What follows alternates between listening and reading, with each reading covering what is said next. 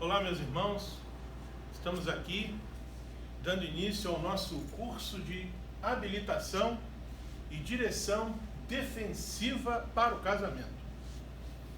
Talvez você que tenha habilitação para dirigir, a conhecida carteira de motorista, e ainda não tenha feito um curso de direção defensiva no trânsito. Eu recomendo, é muito importante. Para vocês que hoje estão prestigiando a união de casais, estamos iniciando não só um curso que vai lhe dar a habilitação para que você possa ser um marido e uma esposa com propriedades de dirigir o seu casamento segundo a palavra de Deus. E além disso, ainda vão de quebra aprender algumas noções de direção defensiva também no casamento. Aqui está o casal. Essa é uma estrada que todos aqueles que um dia, há um ano, há 10 anos, há 20, há 50 anos, não importa, decidiram trilhar como uma só carne, o casamento. E esse casamento é exatamente como uma viagem de carro a dois, por uma longa estrada até o seu destino final. O destino final, conforme prometemos, é até que a morte nos separe.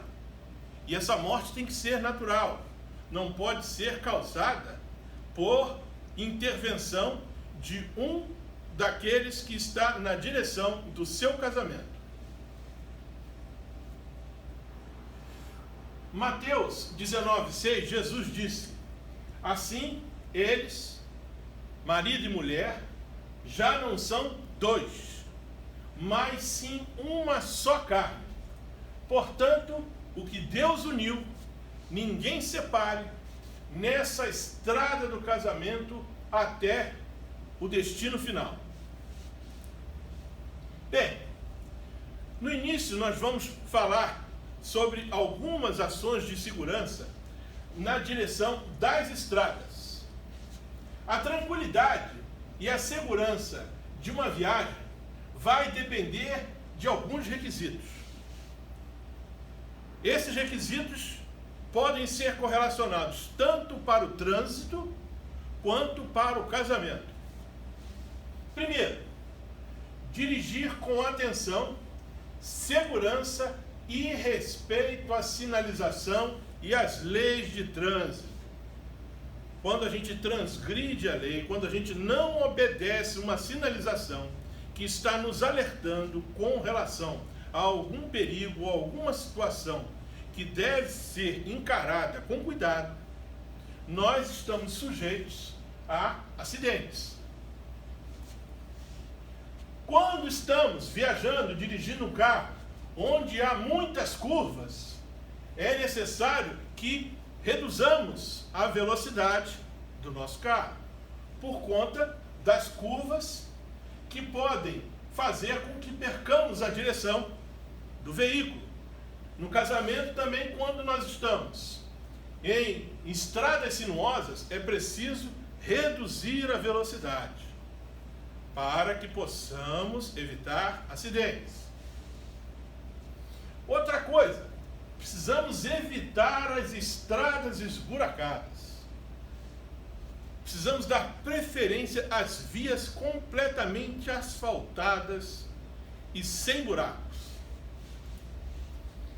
Uma pista como essa pode causar danos ao veículo, aos pneus, furo, rasgo, às rodas, quebra, empeno.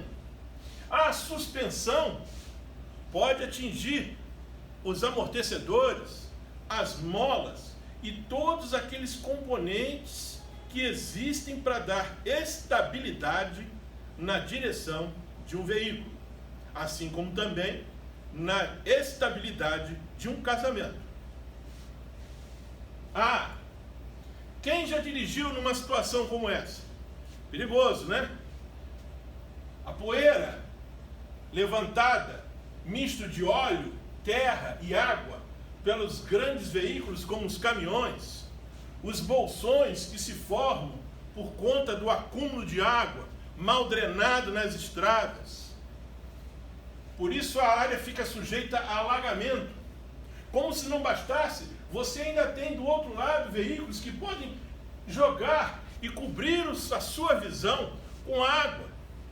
Tudo isso pode gerar acidentes. Então, em caso de chuvas, em caso de pista molhada no casamento, reduza a velocidade. Em quinto, reduzir a velocidade e redobrar a atenção em caso de neblina. A neblina limita o horizonte que precisamos visualizar para dirigirmos com segurança.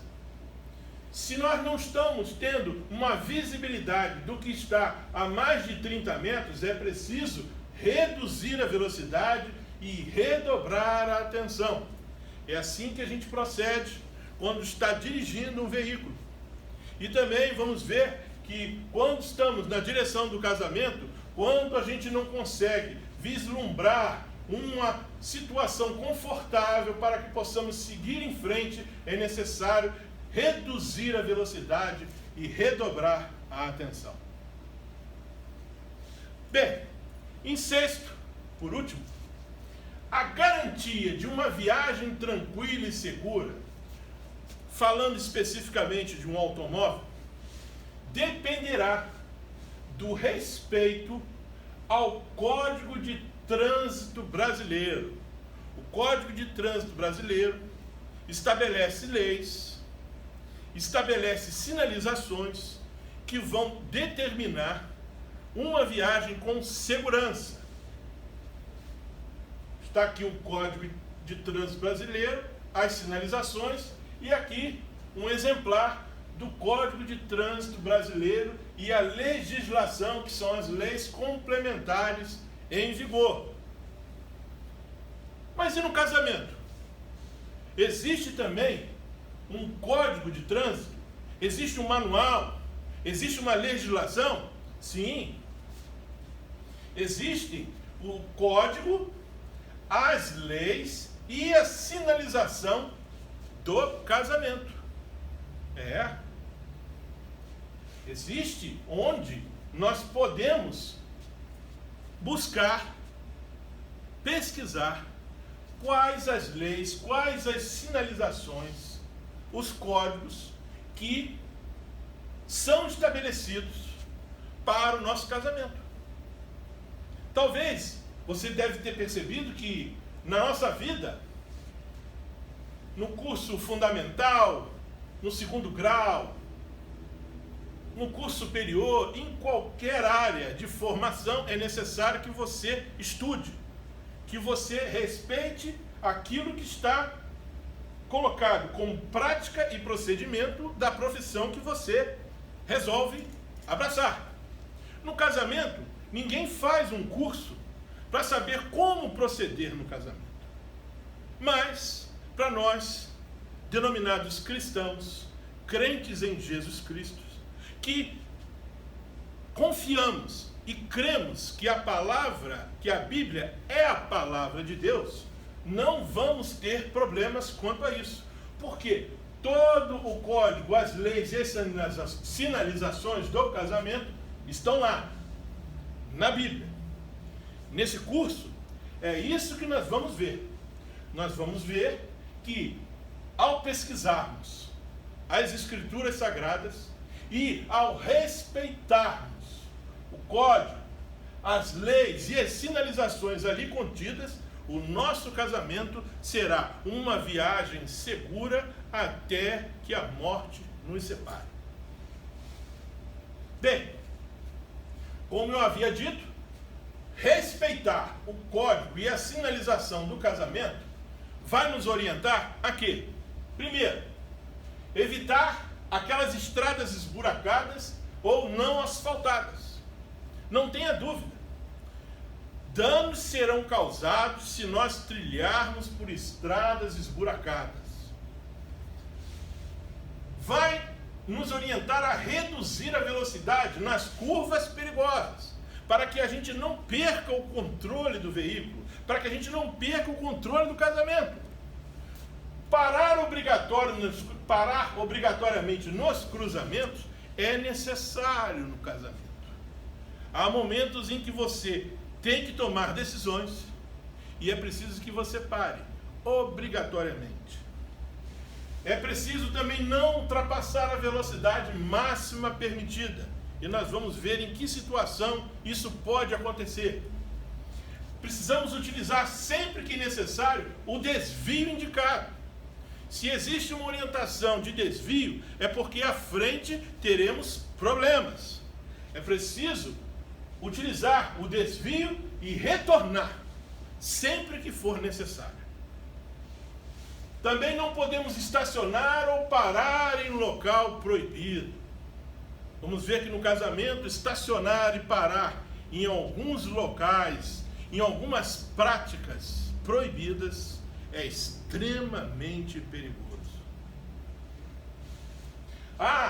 Não fazer ultrapassagens em locais proibidos, quando não estamos tendo a visibilidade do que pode acontecer. Então a gente evita ultrapassar, para não se decepcionar à frente. E a gente tem sempre que respeitar a preferência. Marido e mulher. Os dois são um, mas haverá situações em que a preferência será do marido ou da esposa. Esse respeito precisa ser observado. E, por último, não trafegar na contramão. Trafegar na contramão é risco de colisão. E colisão é acidente. E acidente gera danos ao casamento. Se a gente respeita o código de sinalização do casamento, a gente vai evitar acidentes.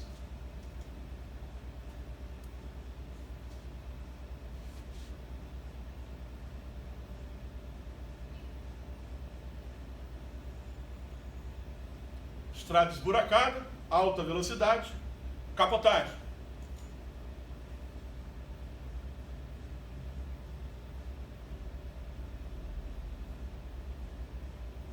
Ultrapassagem pela direita.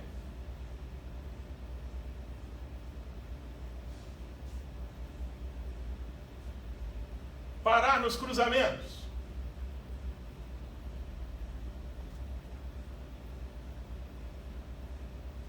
Atenção nos desvios.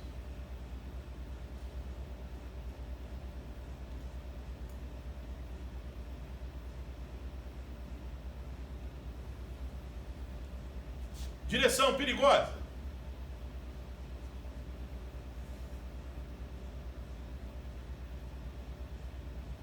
Contramão.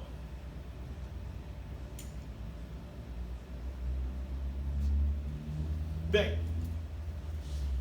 quando estamos nas estradas, nas rodovias, nas ruas, nós estamos sempre atentos com relação a esta observação.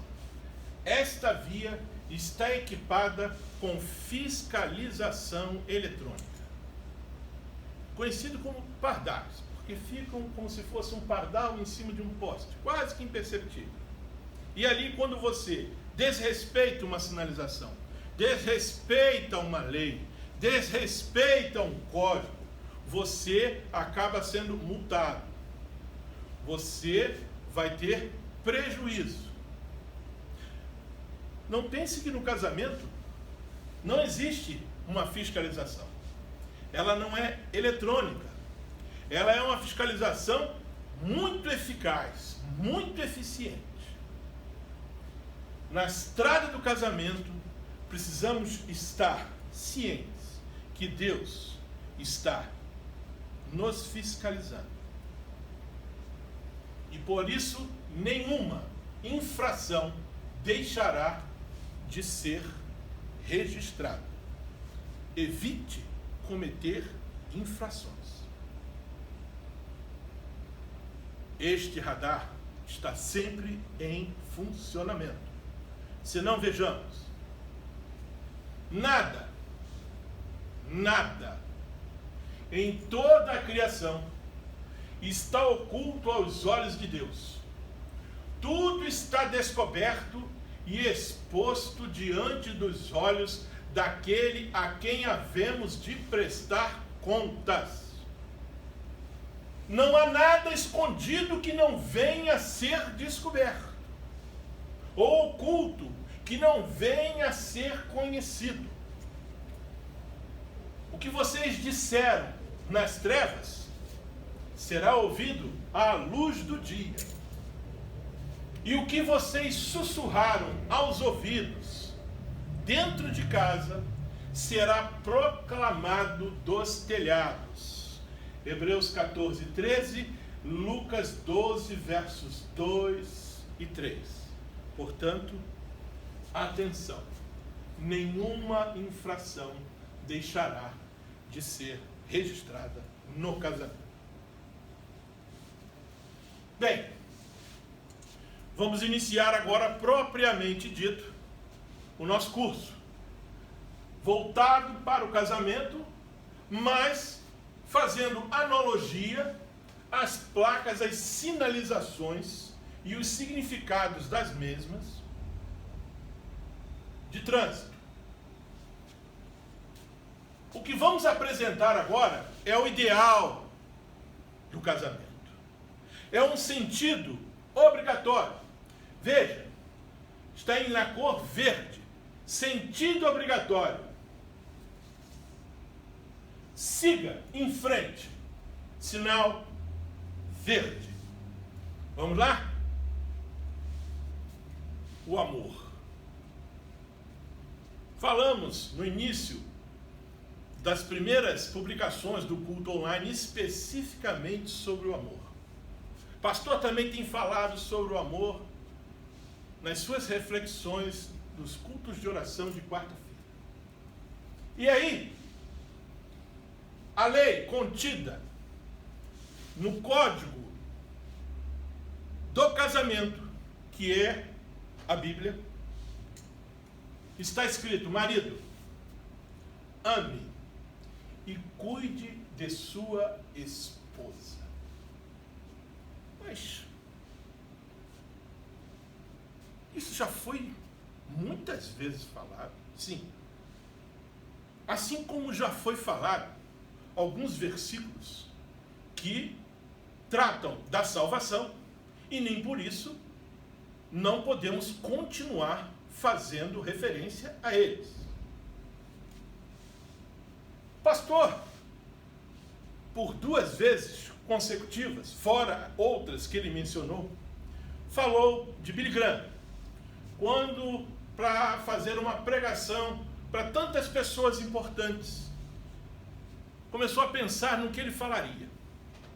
E ele falou sobre um texto muito simples, conhecido como o texto áureo das Escrituras Sagradas.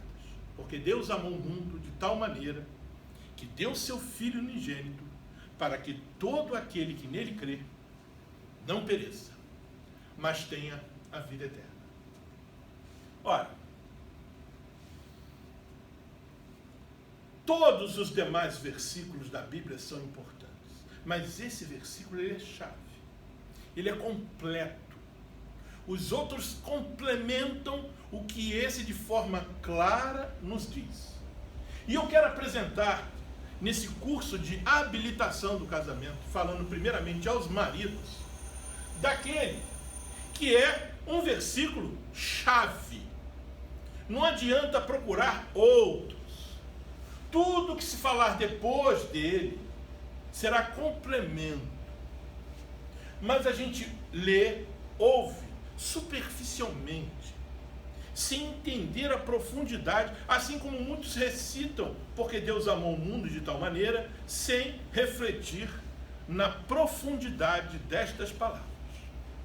Vocês sabem qual é o versículo? Efésios 5, versos 25, 28 e 29. Nos diz o seguinte: maridos, vejam, direcionados especificamente ao casamento no que se refere à pessoa do marido ou dos maridos. Ame cada um a sua mulher, assim como Cristo amou a igreja. Eu quero parar para refletirmos e interpretarmos o que aqui está escrito. Marido, ame cada um a sua mulher da mesma forma, com o mesmo propósito, com a mesma intensidade que Cristo amou a igreja. Ou seja, nós que somos a igreja de Cristo nos amou. Meus irmãos, Paulo tem sido pouco compreendido por algumas mulheres, principalmente algumas que têm viés feminista. O que Paulo está dizendo aqui para nós cristãos não dá margem à dúvida. Paulo colocou uma responsabilidade para o marido grandiosa, difícil. Já pensaram de que maneira Cristo amou a igreja? Ele está nos ordenando que amemos as nossas esposas da mesma forma, com a mesma plenitude que Jesus Cristo amou a igreja. Prosseguindo, quem ama sua mulher, ama a si mesmo. É fácil interpretar. Deixará pai e mãe e se tornarão um.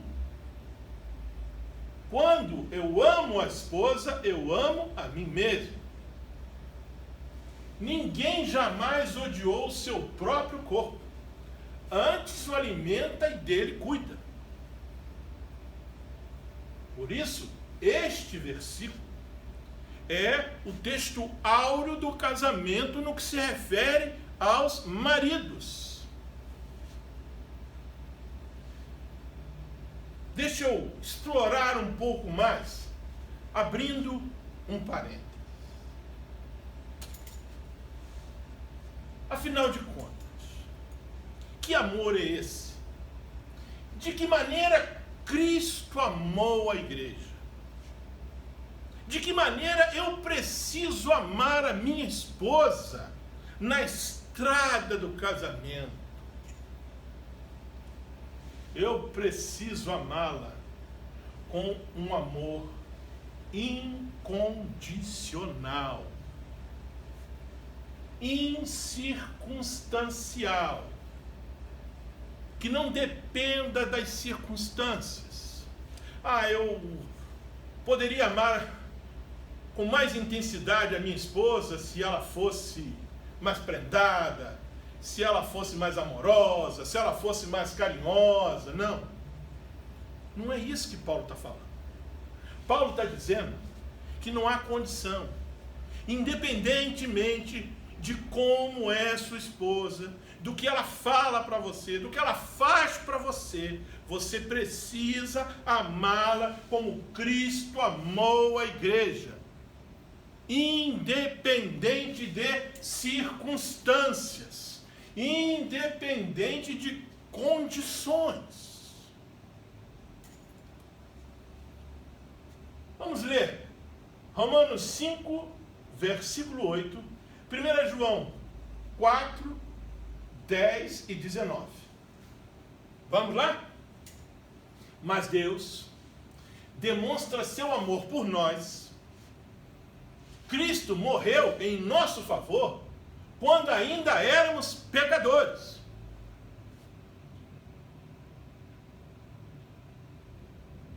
Deus nos amou independente, incondicionalmente de sermos pecadores.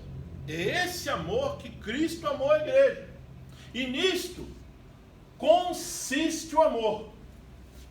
Não em que nós tenhamos amado a Deus, mas em que Ele nos amou e enviou seu Filho como propiciação pelos nossos pecados.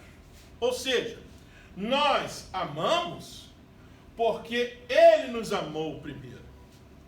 Sua esposa precisa lhe amar porque você, marido, a amou primeiro, de forma incondicional, irrestrita, incircunstancial.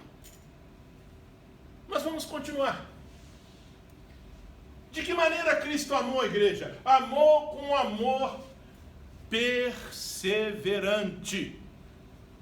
Um amor persistente, que não acaba. O que mais temos visto nas estradas do casamento é alguns maridos e algumas esposas dizendo um para o outro: não amo mais. Ora, esta é uma atitude completamente contrária ao que se refere à perseverança, à persistência. O amor de alguns maridos tem se tornado descartável. Quando as condições e as circunstâncias não o agradam, ele diz que acabou o amor. Mas se não, vejamos. João 13:1, 1 Coríntios 13, 7 e 8, na nova tradução da linguagem de hoje. Sabendo Jesus que havia chegado o tempo em que deixaria este mundo e iria para o Pai, estava se aproximando a hora dele ser crucificado, dele morrer por todos nós, por amor. Tendo amado os seus que estavam no mundo, inclusive nós que ainda não estávamos, mas que somos herdeiros deste amor, amou-nos até o fim. Marido, amar a sua esposa como Cristo amou a igreja é amá-la até o fim. Não foi isso que foi dito? Até que a morte nos separe. Porque quem ama verdadeiramente com amor ágape, o amor de Deus, o amor de Cristo pela igreja, nunca desiste. Não desiste da sua esposa, não desiste da sua família, não desiste dos seus filhos. Porém, suporta. Jesus Cristo suportou os nossos pecados. O marido precisa em tudo suportar com fé, com esperança e com paciência, porque o amor é eterno. O amor com que Cristo amou a sua igreja é eterno. Marido, ame a sua esposa com amor eterno. Ainda, de que maneira Cristo amou a igreja? Com um amor sacrificial, um amor renunciador, onde você renuncia muitas coisas. Jesus Cristo renunciou continuar aqui na terra, porque amava a igreja, e ele sabia que a sua missão era se sacrificar por ela, para que nós tivéssemos a vida eterna. Com amor sacrificial. O amor, diz 1 Coríntios 13, 4, a versão Almeida atualizada, 13, 5, nova tradução, e Efésios 5, 25 e por último João 15, 13. O amor é sofredor, se sacrifica. O amor é benigno. A benignidade é o desejo de praticar a bondade. A diferença entre bondade e benignidade. A benignidade é o desejo de ser bom. E a bondade é a bondade em ação. Ou a benignidade em ação. Quem ama? Você ama? Não é egoísta. É um amor renunciador. Cristo amou a igreja e entregou-se por ela. Ninguém tem maior amor do que este de Cristo. E é este maior amor que Paulo nos desafia a termos por nossas esposas. De dar a alguém a própria vida. De dar à sua esposa a própria vida. Lembram lá naquela palestra sobre o casamento quase perfeito? Isaac e Rebeca. Começou tão bem, mas terminou tão mal.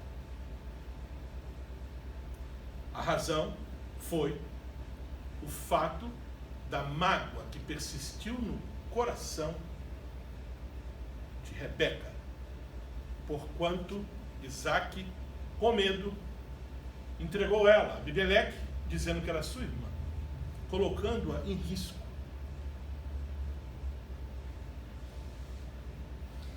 Por último, de que maneira Cristo amou a igreja? Com um amor santificador, um amor purificador. O amor de Cristo nos santifica, o amor de Cristo nos purifica de todo pecado. E Paulo disse que nós temos que amar a nossa esposa com o amor que Cristo amou a igreja. Assim, Hebreus 13:12, Efésios 5:25-27. Jesus também sofreu fora das portas da cidade para santificar o povo por meio do seu próprio sangue. Cristo amou a igreja e entregou-se por ela para santificá-la. Você amou a sua esposa e ama a sua esposa para entregar-se a ela e santificá-la com um sacerdócio que ela espera de você. A responsabilidade que o homem tem de, como sacerdote, monitorar, estudar, ministrar a palavra de Deus a ela, a seus filhos. É sua responsabilidade. Se ela vai aceitar, se ela vai seguir, aí é o livre-arbítrio. Mas a sua responsabilidade é santificar, purificar a tua esposa através da palavra, tendo-a purificada pelo lavar da água mediante a palavra e para apresentá-la a si mesmo com igreja gloriosa. Para que ao final da vida de vocês, a sua esposa suba junto com você de maneira gloriosa, sem mancha, sem ruga ou coisa semelhante, mas santa e inculpável. Proteção, purificação, santificação. É o que o amor de Cristo nos dá. E é o que você, marido, precisa dar à sua esposa. Fechei o parênteses. Ainda no amor, no siga, sinal verde, sentido obrigatório. Mulher, ame e obedeça seu marido. De que maneira? Já vimos como o homem precisa amar a sua esposa. Agora precisamos ver como é que uma mulher cristã, que aceitou o amor de Cristo, que aceitou o seu esposo, que se tornou um só corpo com ele. O que deve a mulher fazer? Deve amar e obedecer a seu marido. E aí, quando eu falo que Paulo mal compreendido, o que aqui está, não está muito relacionado com a cultura daquela época, como algumas pessoas, algumas mulheres pensam sobre esse texto. Isso era naquela época. Não. A palavra de Deus é ontem, hoje, sempre. Esta não era uma realidade daquela época. Amar a esposa como Cristo amou a igreja não era uma realidade daquela época. Os povos tinham práticas diferentes com relação às mulheres. As mulheres eram totalmente desvalorizadas. Sequer eram contadas. eram descartadas com facilidade. Paulo, quando coloca a responsabilidade do homem de amar a sua esposa como Cristo amou a igreja, ele dá agora a responsabilidade da esposa de obedecer a seu marido como você obedece ao Senhor. Vou parar aqui. Esposa, obedeça ao seu marido. De que maneira? De que forma? Da mesma maneira como você, mulher, obedece ao Senhor. Nos dias de hoje, se pudermos usar um jargão popular, eu diria que as mulheres ficaram numa sinuca de bico. Não sei quantos conhecem a regra do jogo de sinuca, mas você não consegue progredir no jogo quando você está em sinuca de bico. E é o que aconteceu. Quando a mulher não aceita isso, ela está dizendo que ela não está obedecendo a Deus, que ela não é obediente a Deus. Meus irmãos, isso vai ter sérias consequências, não só para a mulher, mas no seu casamento e para a sua família e para os seus filhos que estão a observar. Porque o marido tem autoridade sobre a esposa. Ele tem autoridade sobre a esposa porque ele ama a sua esposa como Cristo amou a igreja. Assim como Cristo tem autoridade sobre as nossas vidas. Assim como Cristo tem autoridade sobre a igreja. Portanto, olha lá. Assim, da mesma maneira, da mesma forma como a igreja obedece a Cristo, assim também a esposa deve obedecer em tudo ao seu marido. Está difícil, esposa? Está difícil, minha irmã, que está me ouvindo?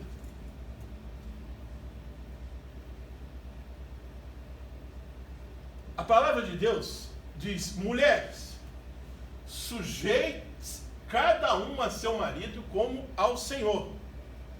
É outro texto, não é o mesmo texto. Da mesma forma como você obedece a Deus. Aprendam a amar o marido. Aprendam. Aprendam a respeitá-lo. Aprendam a obedecê-lo. Sabe para quê? Para que a palavra de Deus não seja blasfemada. Minha irmã, assim como o homem ficou com uma responsabilidade muito difícil, você, minha irmã, você esposa, você membro da nossa igreja, cuidado. Blasfemar contra a palavra de Deus tem consequências muito sérias. Quando você se rebela, quando você rejeita o que está escrito na palavra de Deus, você está blasfemando contra ela. Não interessa as suas convicções sociais, partidárias, o feminismo, o que o mundo fala. Não se amoldem ao mundo. Transforme-se na renovação da sua mente, mulher. E assim você vai poder experimentar qual é a perfeita, boa vontade de Deus na sua vida.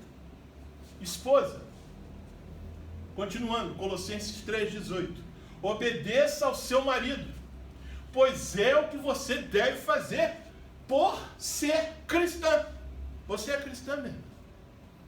Cristão, pequeno Cristo. Você é uma pequeno Cristo? Você pensa como ele? Você age como ele? Você fala como ele? Você obedece como ele obedeceu a Deus, seu Pai? Mas da mesma forma, deixa eu abrir um parênteses para poder explicar esse assunto para o mundo controverso, mas para nós bastante claro. Se não, vejamos. Primeiro, quando a palavra de Deus fala em sujeitar-se ao marido, minha irmã, não significa que você, mulher, é inferior ao homem. Que você, esposa, é inferior ao seu marido. Paulo não está falando de inferioridade. Se assim fosse, não ordenaria ao homem que amasse você, esposa, como Cristo amou a igreja. Colocou você no pedestal máximo. Isso é inferioridade. Mas deixa eu completar. A mulher, lembra lá em Gênesis, foi tirada da costela e não dos pés do homem. Aqueles que estavam assistindo antes da pandemia, os estudos sobre Gênesis, que estávamos ministrando aqui na União de Casais, devem lembrar quando eu falei sobre a criação da mulher. Deus, o que hoje os médicos e cientistas fazem de manipulação de gene, célula-tronco, Deus fez lá no Éden. Por que a costela? A costela é um dos ossos com maior quantidade de célula-tronco. Daquela célula-tronco, Deus manipulou e formou a mulher. Da mesma célula-tronco, apenas os cromossomos, XX, XY, manipulação genética.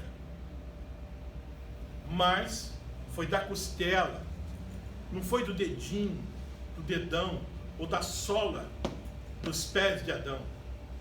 E a costela faz parte de uma caixa torácica, óssea, que protege os dois órgãos mais vitais que o homem e o ser humano tem, que são os pulmões e o coração. O coração, todos sabem, parou.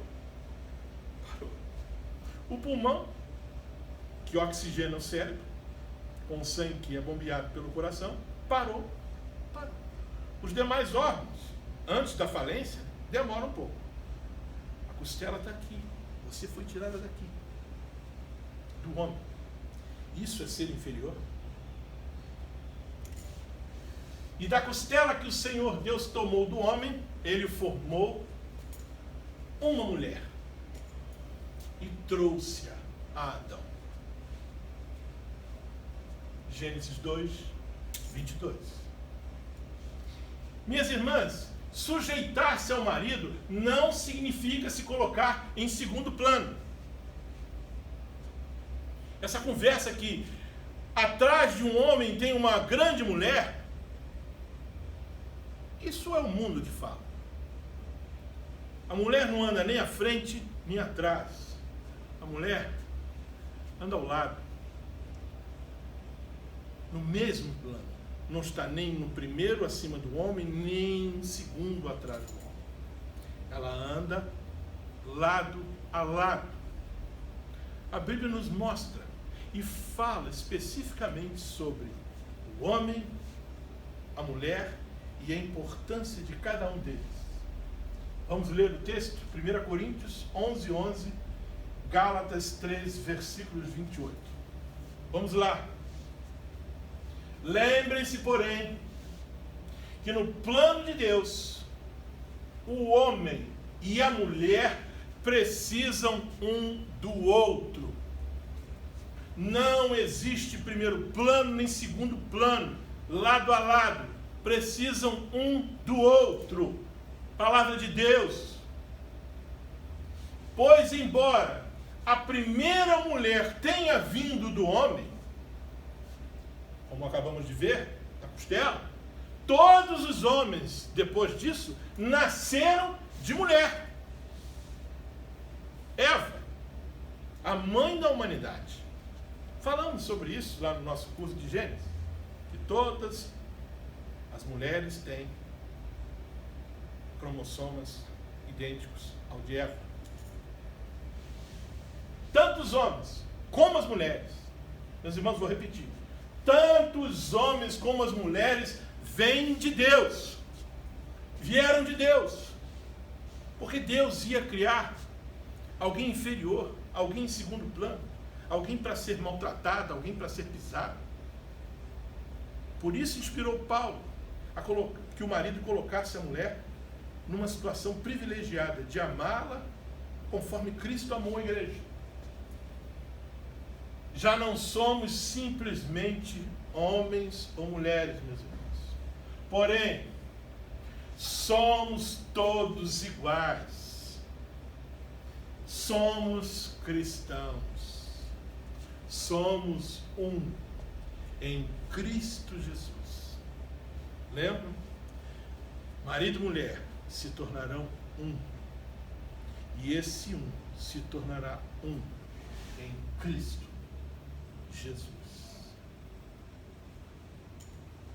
Meus irmãos, minhas irmãs, principalmente, sujeitar-se ao marido não significa se anular e se acomodar no casamento. Ah, então é isso, né? Eu tenho que ser obediente, quem fala, quem dá a palavra final é o marido. Então vou deixar, vamos ver. Leva aí, marido, vai. Como diz aí o linguajar popular, né?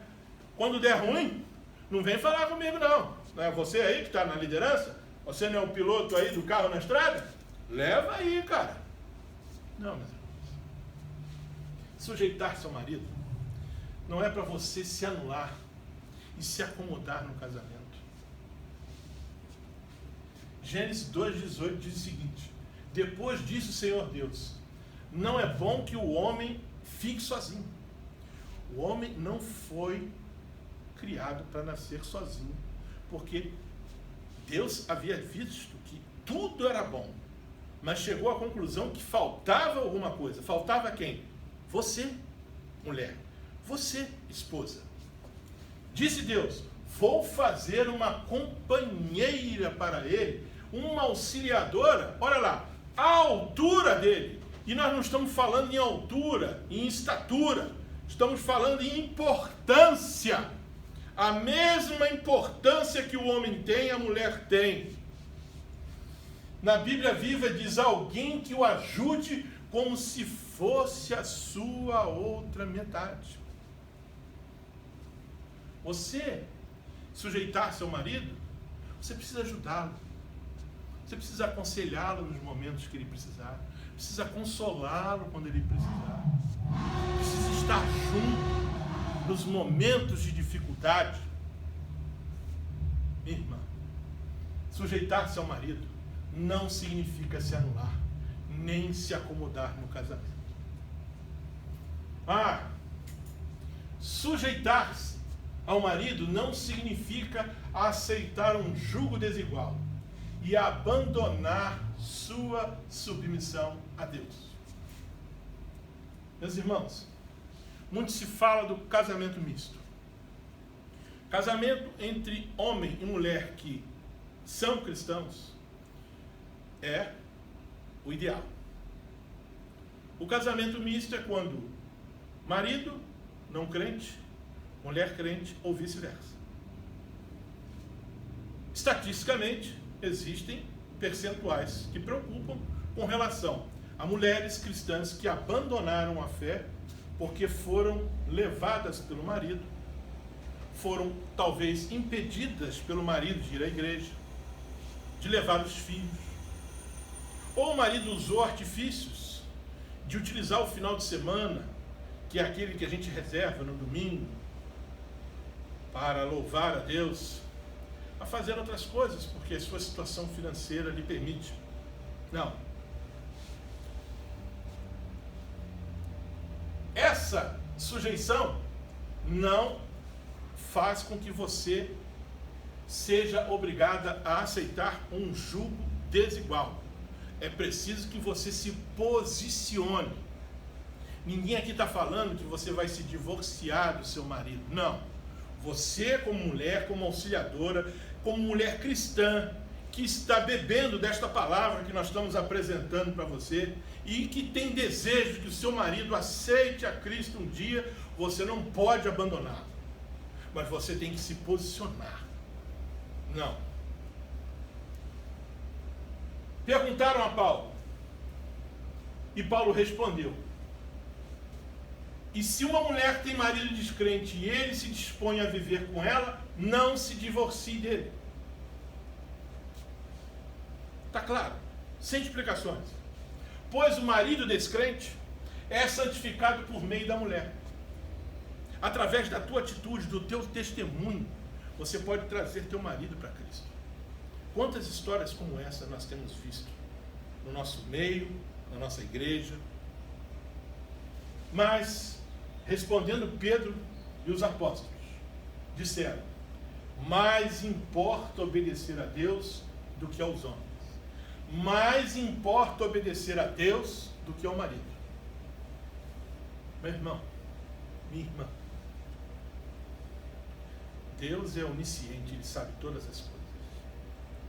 Ele está sondando o teu coração, está vendo que você, mulher, é uma mulher obediente ao marido, que você faz de tudo pelo seu marido, mas que ele não quer aceitar Cristo.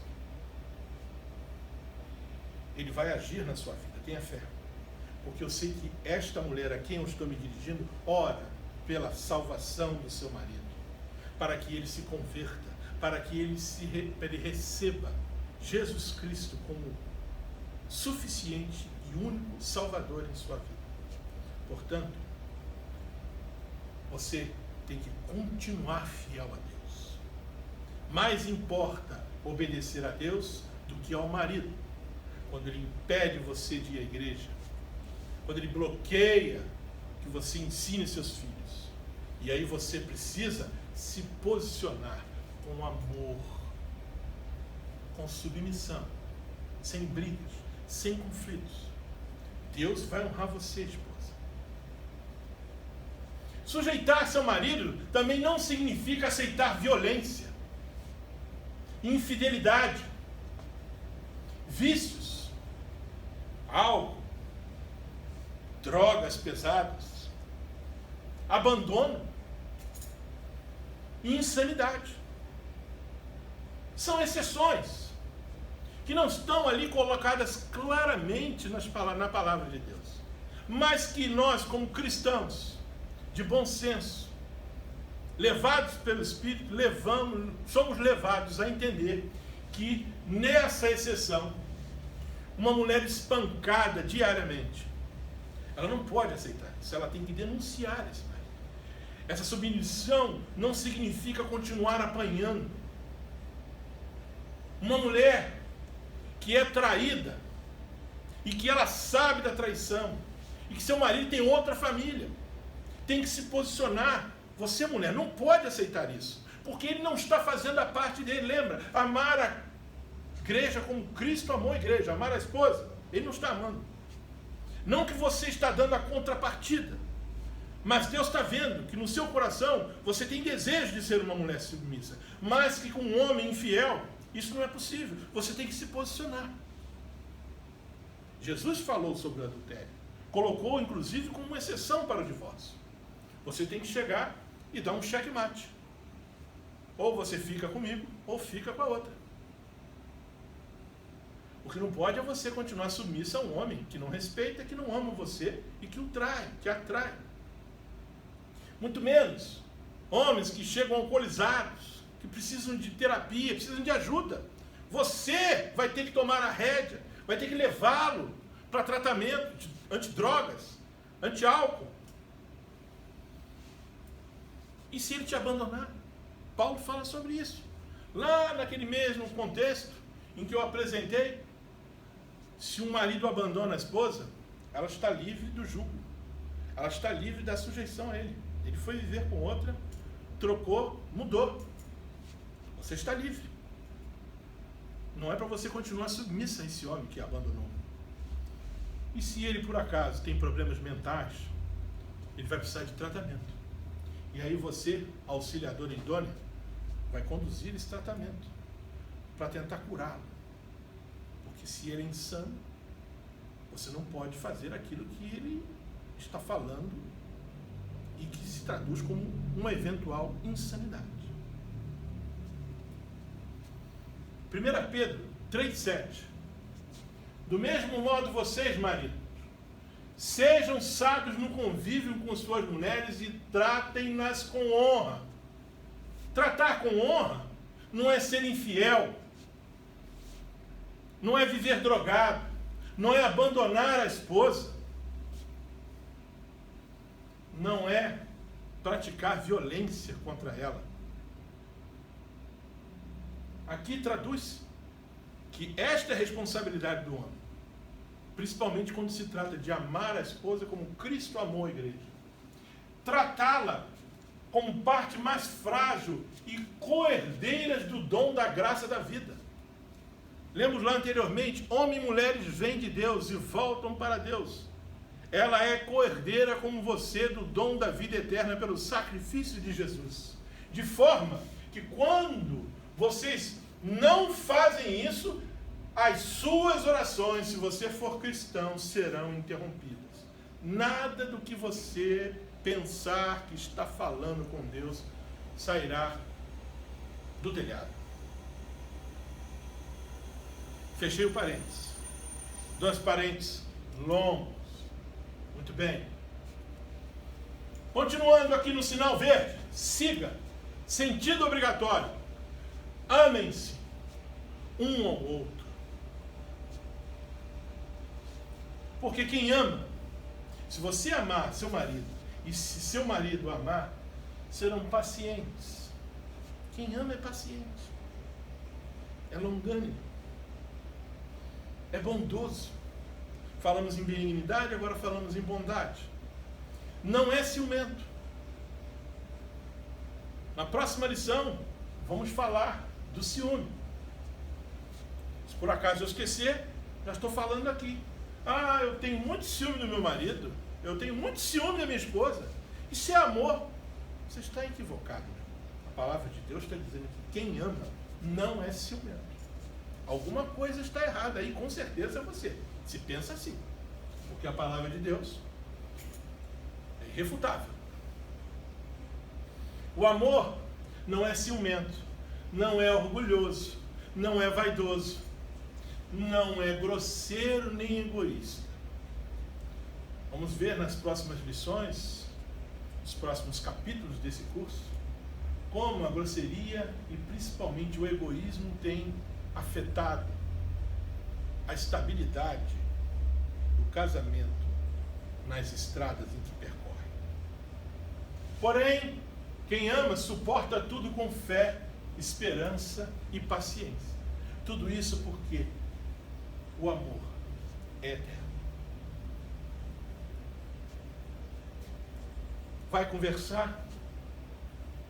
Vai falar sobre alguma situação, algum problema? Não se esqueça. Converse com amor. O amor nunca é presunçoso. A presunção significa que você se acha. Você é o dono da razão. O amor nunca se acha o dono da razão. Não é presunçoso. Vai começar uma conversa? Não seja orgulhoso. Sabe por quê? 2 amigos.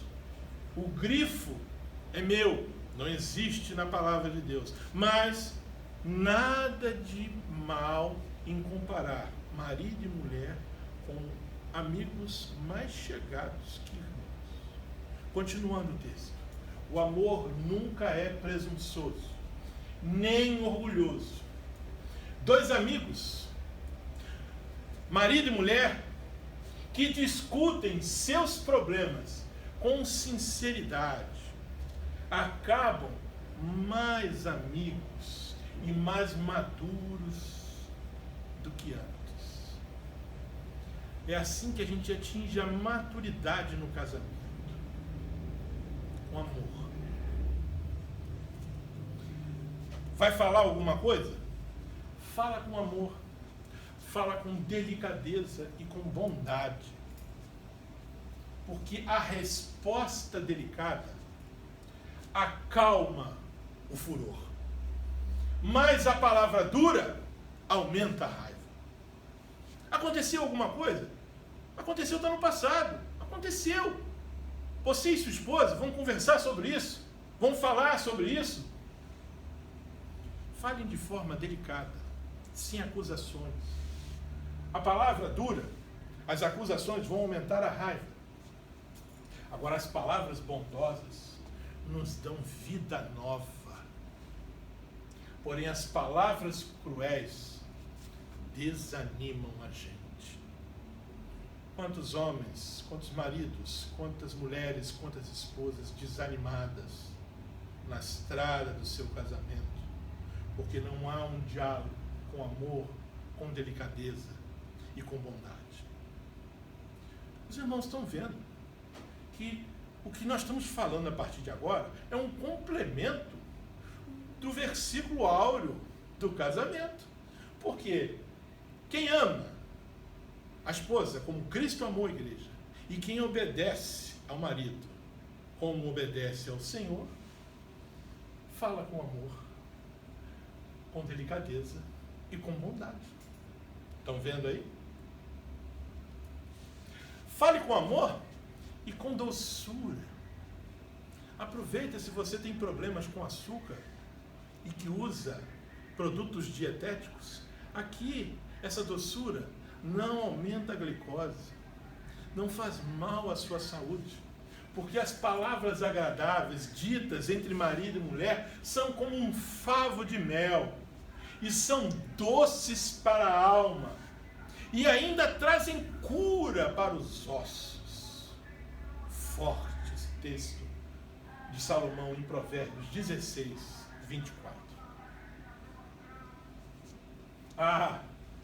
Perdão, siga, sinal verde, sentido obrigatório. Meu irmão, perdão é o estandarte do sucesso de um casamento. Um casamento sem perdão não dura a lua de mel. Não dura uma semana. Porque nós somos imperfeitos. Marido, você é imperfeito. Esposa, você é imperfeita. Mesmo com o curso de habilitação aqui, vai acabar cedo ou tarde cometendo uma infração que você vai corrigir. Mas nisso você vai precisar de quê? De perdão. Por isso, perdoe um ao outro, marido e esposa. E perdoe um ao outro assim como Deus, por meio de Cristo, perdoou vocês. Olha lá o texto, por meio de quem? De Cristo, que amou a igreja. Se você ama a sua esposa como Cristo amou a igreja, você vai perdoar. Se você, esposa, obedece a seu marido como você obedece ao Senhor, você também vai perdoar o seu marido. Perdoe quando? Sempre. Até o fim. O perdão, parafraseando o que falamos anteriormente, tem que ser perseverante, consistente. Não há exceções para não perdoar. Pedro perguntou: Senhor, quantas vezes eu devo perdoar um irmão que pecar contra mim? 7 vezes? Não, respondeu Jesus. 70 vezes 7. Se Pedro tivesse falado sobre a sua esposa, porque ele era casado, né? Jesus curou a sua sogra. Senhor, quantas vezes eu devo perdoar a minha esposa que pecar contra mim? 7 vezes? Jesus teria dito a mesma coisa. Não, responderia Jesus. 70 vezes 7. Que é um número figurado, que significa sempre. Perdoe para serem perdoados. Não liberar o perdão é extremamente perigoso. Seu Pai Celeste perdoará vocês, marido e esposa, se vocês perdoarem aqueles que pecam contra vocês, inclusive marido e mulher. Mas, olha, porém, se vocês se recusarem a perdoar-lhes, Deus não perdoará vocês. Lembram lá da palavra de Jesus, daquele que devia uma fortuna impagável, e que foi perdoado, mas que depois não queria perdoar uma quantia ínfima, e foi lançado aos torturadores. Tem muitas pessoas sendo torturadas, dia após dia, porque não conseguem liberar o perdão. Muito importante. Perdoe e não evoque em lembranças. Evoque? Que termo esquisito. Vou explicar para o irmão. Evocar é trazer, é ressuscitar, é trazer à tona. Você me perdoa? Perdoei. Passa 5 anos, daqui a pouco. Aquela vez, lembra? Não, por que eu vou lembrar? Você não me perdoou? Pois eu lhes perdoarei a maldade e não me lembrarei mais dos seus pecados. É assim que a gente perdoa. É assim que a Bíblia nos ensina a perdoar. Marido, esposa, vocês têm trazido à tona fatos passados que já foram discutidos e teoricamente perdoados? Já pensou se Jesus, quando você pedisse perdão pelos seus pecados, volta e meia aparecesse a você e começasse a lembrar de tudo que você fez de errado?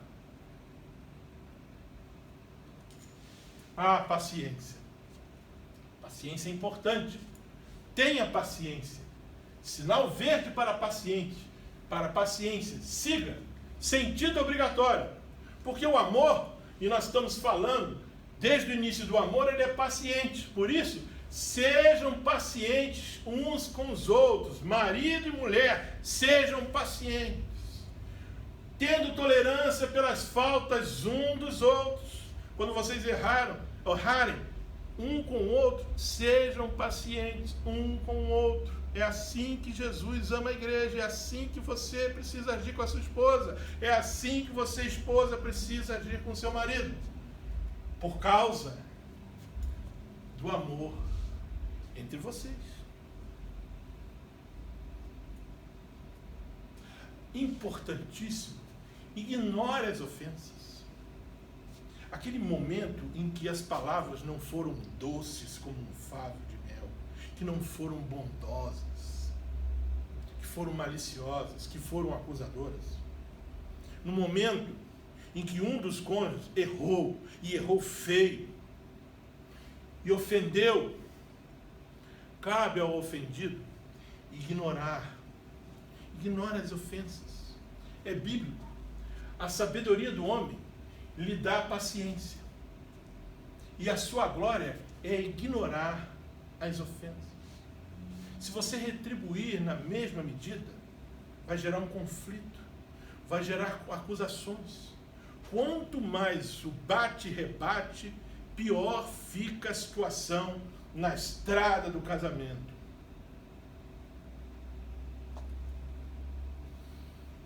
Atenção. Dê atenção, marido. Dê atenção, esposa. Siga. Luz verde, sinal verde. Sentido obrigatório. Dê atenção, marido. Cuide da sua esposa. Uma das maiores reclamações das esposas é a falta de atenção do marido. Vocês, maridos, olha o que diz 1 Pedro 3, versículo 7, última parte. Devem ser cuidadosos com suas esposas. Atentos, olha lá, atentos às suas necessidades, às necessidades dela, e respeitando-as como um sexo mais frágil. A mulher precisa de atenção. Quando você entra no teu quarto e vai falar com Deus, qual a certeza que você tem? Ele está te ouvindo, que ele te dá atenção. A esposa também. Ela quer que você lhe dê atenção. É um sentimento natural. Quem ama a esposa como Cristo amou a igreja, dá atenção à sua esposa. Dê atenção a ela e faça mais. Elogie a sua esposa. O elogio tem sinal verde. É sentido obrigatório. Siga. Elogie. Às vezes a gente tem uma facilidade muito grande de criticar. Olha e já vê 10 defeitos. E a gente não consegue observar uma qualidade. Tantas coisas boas que estão diante de nós. Nós somos tímidos para fazer elogios. E somos felinos para fazer críticas.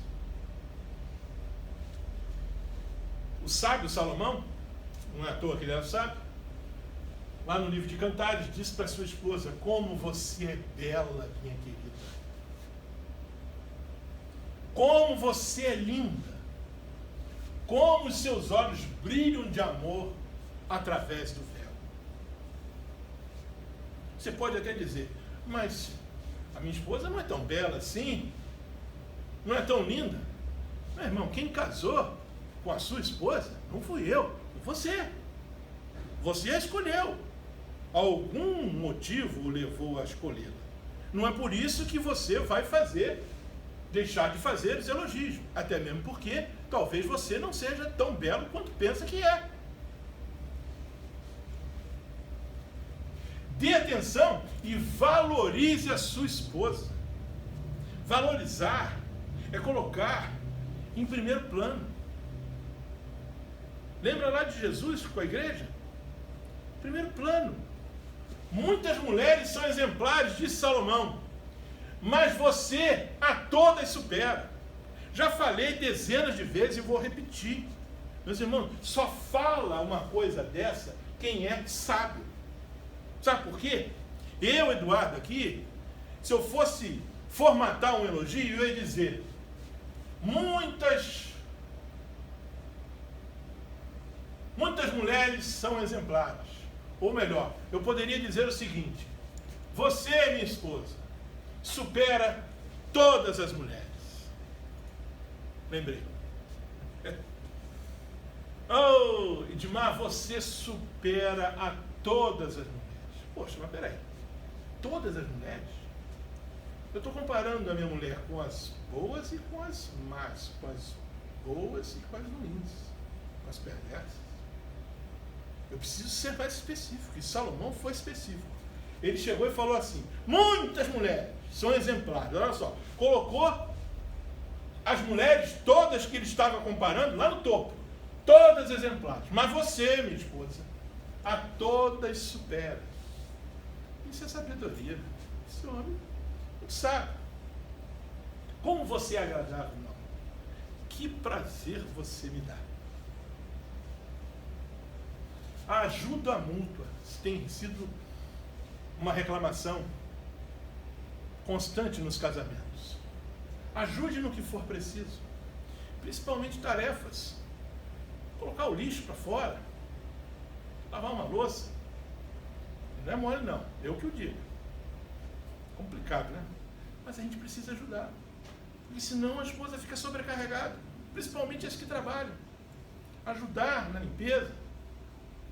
Se você não é muito bom com a vassoura, vê se você consegue ser bom com a esponja e com o detergente. Ajude. Partilhem as dificuldades e os problemas uns dos outros, obedecendo desta forma a ordem do nosso Senhor. Um ao outro ajudou. Marido e mulher ajudaram-se. Um ao outro ajudou e a sua esposa disse: ser forte. Naqueles momentos em que as coisas não estão bem, pelo menos dê um apoio moral. Siga. Sinal verde. Sentido obrigatório. Meus irmãos, estamos encerrando esse primeiro capítulo do nosso curso de direção defensiva e de habilitação no casamento. No próximo episódio, vamos mudar a luz do sinal.